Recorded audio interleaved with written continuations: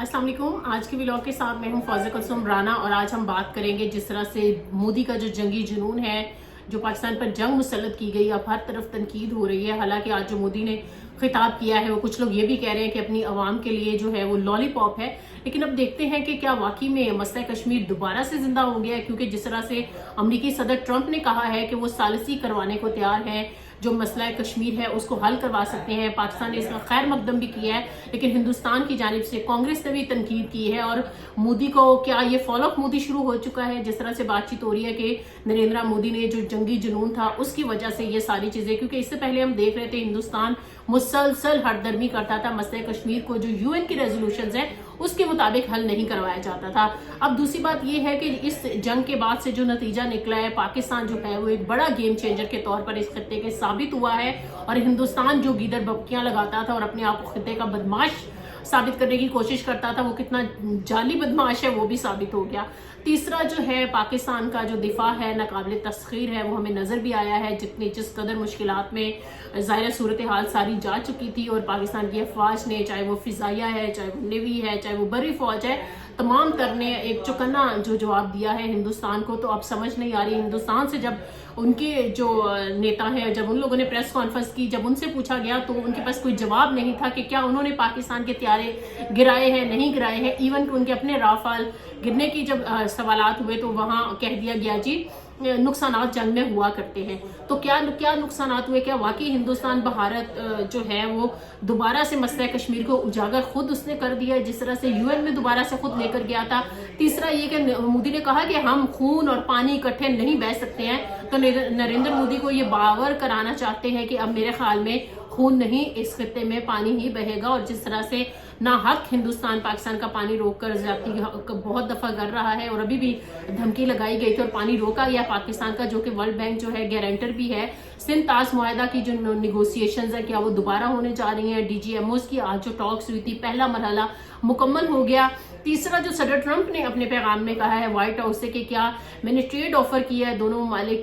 के जो कंट्रीज हैं। तीसरी ये भी चीज आ रही है कि कोई इजराइल से जयपुर में मजीद कोई असला पहुंचा है, और हिंदुस्तान जो है और मोदी जो है वो कोई टाइम गेन कर रहा है। और पाकिस्तान के साथ जिस तरह उन्होंने कहा जी ऑपरेशन सिंदूर तो जारी है, हालांकि जो पाकिस्तान ने अमेरिका हैक ऑपरेशन है उन्होंने कह दिया कि हम इस दिन को 10 मई को मनाया करेंगे, और ये मुकम्मल हो गया है ऑपरेशन जो आहिनी दीवार है। तो अब देखना यह है कि अगर ऑपरेशन सिंदूर जो हिंदुस्तान की जानिब से शुरू किया गया था और फिर उनको मुंह की खानी पड़ी, अगर वो ये दावा करते हैं कि वो जारी है, तो क्या ऐसा तो नहीं है कि कोई और तैयारी के साथ हिंदुस्तान दोबारा से हमला करेगा? अदरवाइज अमरीकी सदर का जो बयान है उससे तो ये लग रहा है कि ऐसा कुछ नहीं होने जा रहा। लेकिन अक्सर ये कहा जाता है कि एलओसी पर और दीगर जगहों पर जब भी माजी में भी इस तरह की जो पीस टॉक्स हुई हैं, हमेशा से हिंदुस्तान ने उसको वायलेट करने की कोशिश की है। इस मई वाली जंग में भी हमने देखा है कि पाकिस्तान ने बारहा कहा था कि हमें आजमाना मत, अदरवाइज हम रिटेलिएट करेंगे, हम एस्केलेशन नहीं चाहते हैं। लेकिन क्या है कि हिंदुस्तान ने शायद पाकिस्तान को आजमाना चाह रहे थे।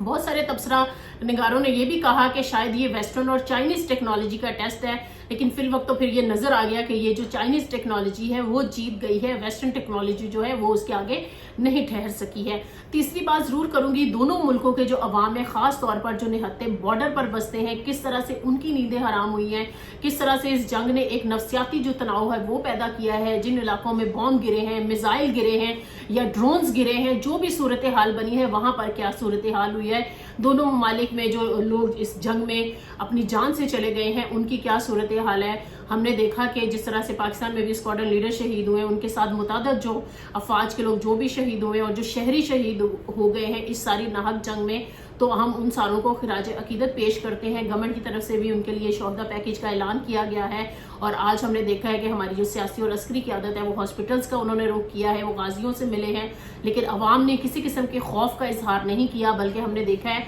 कि जज्बा पाकिस्तानियों का कहीं भी कम नहीं था। तीसरा अहम तरीन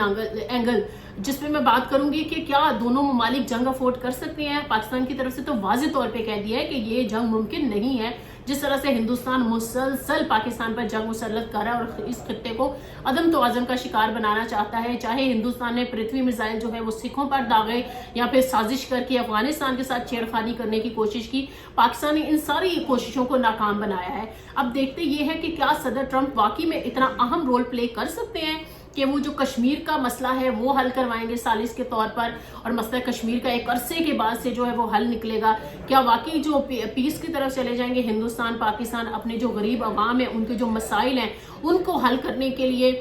جو ہے وہ سوچیں گے اور وہ جنگ کو نو کہہ دیں گے، یا پھر یہ جو خطہ ہے یہ اسی طرح سے رہے گا کہ جو ہندوستان ہے وہ اسرائیل سے یا دیگر ممالک سے جو ہے وہ اسلحہ خریدتا رہے گا، اور پاکستان بھی اپنی ٹیکنالوجی کو بہتر بنانے کے لیے، ظاہر ہے اس نے پھر ڈیٹرنس کے لیے ہمیں بھی چاہیے، تو ہم بھی اسی دوڑ میں لگے رہیں گے، کیونکہ یہاں کی آبادی کی مسئلہ ہیلتھ بھی ہے، ایجوکیشن بھی ہے، بے روزگاری بھی ہے، روزگار چاہیے، اور اس خطے کے چیلنجز اور ہیں، اور یہ خطہ بہت زرخیز ہے۔ لیکن اگر ہندوستان کا ایکسپینشن کا ایجنڈا اور جنگی جنون اسی طرح سے رہا تو میرے خیال میں پھر وہی بات ہے کہ منہ کی کھانی پڑے گی، کیونکہ ہم نے دیکھ لیا ہے جس طرح سے آپریشن مارکا حق جو ہے لڑا گیا ہے، اور جس طرح سے جانباز دلیروں نے دفاع کیا ہے اس مادر وطن کا، وہ ہسٹری بھی ان ساری چیزوں سے بھری پڑی ہے۔ تیسری چیز ہم نے دیکھا کہ بیڈلی ایکسپوز ہوا انڈیا کا میڈیا، بیڈلی ایکسپوز ہوئی انڈیا کی جو ذہنی صلاحیت ہے، اور ایک بڑا سوال اٹھ گیا کہ کیا ہندوستان کو ایٹمی طاقت رہنا چاہیے، کیونکہ وہ اتنا غیر ذمہ دارانہ ان کا رویہ ہے، جس طرح سے انہوں نے یہ ساری صورتحال ہے، اور جس طرح سے فیک نیوز ہے، سائیکولوجیکل وارفیئر کے نام سے جس طرح انہوں نے کبھی پاکستان میں فیصل آباد میں پورٹ بنا دی، کبھی لاہور میں، کبھی کراچی فتح کر لیا، کبھی ہمارے جو چیف ہے ان کو اریسٹ کر لیا، انہوں نے اتنا زیادہ پروپیگنڈا کیا ہے کہ سمجھ نہیں آ رہی کہ ان کی کون سے میڈیا کو ہم اپریشیٹ کریں کہ انہوں نے ہی فیکچوئل رپورٹنگ کی ہے۔ پورے کا پورا انڈین میڈیا جو ہے میرے خیال میں ایک آئی ایف جی کی طرف سے مذمتی مراسلات جاری ہونا چاہیے ہندوستانی نیوز چینلز کو کہ آپ لوگوں نے صحافت کی علی بے بھی پوری نہیں کی، اور جس طرح سے آپ لوگوں نے یک طرفہ شدت پسندی والا اور وار کو پروموٹ کرنے والا، پرووک کرنے والا جو بیانیہ ہے وہ ٹی وی چینلز پر ہمیں مسلسل نظر آیا ہے، یوٹیوبرز کی طرف سے، انفلوئنسرز کی طرف سے، ولاگرز کی طرف سے کوئی ذمہ دارانہ چیز سامنے نہیں آئی ہے۔ ایک افسوس مجھے یہ بھی ہے کہ کیا ہندوستان کی عوام واقعی میں اتنی معصوم ہے، اتنی جاہل ہے، وہ سوال نہیں اٹھاتی ہے کہ ان کا میڈیا کیا پورٹرے کر رہا تھا، پاکستان کو فتح کر لیا گیا تھا، چونکہ ریالٹی میں ایسا کچھ بھی نہیں تھا۔ تو یہ وہ ساری چیزیں ہیں کہ آنے والے دنوں میں ہماری نظر اس پر رہے گی، کیا امریکہ ثالثی کر سکتا ہے، نہیں کر سکتا ہے، کیونکہ آنے والے دنوں میں چاہے جلدی ہو یا بعد میں ہو، دیکھتے ہیں کہ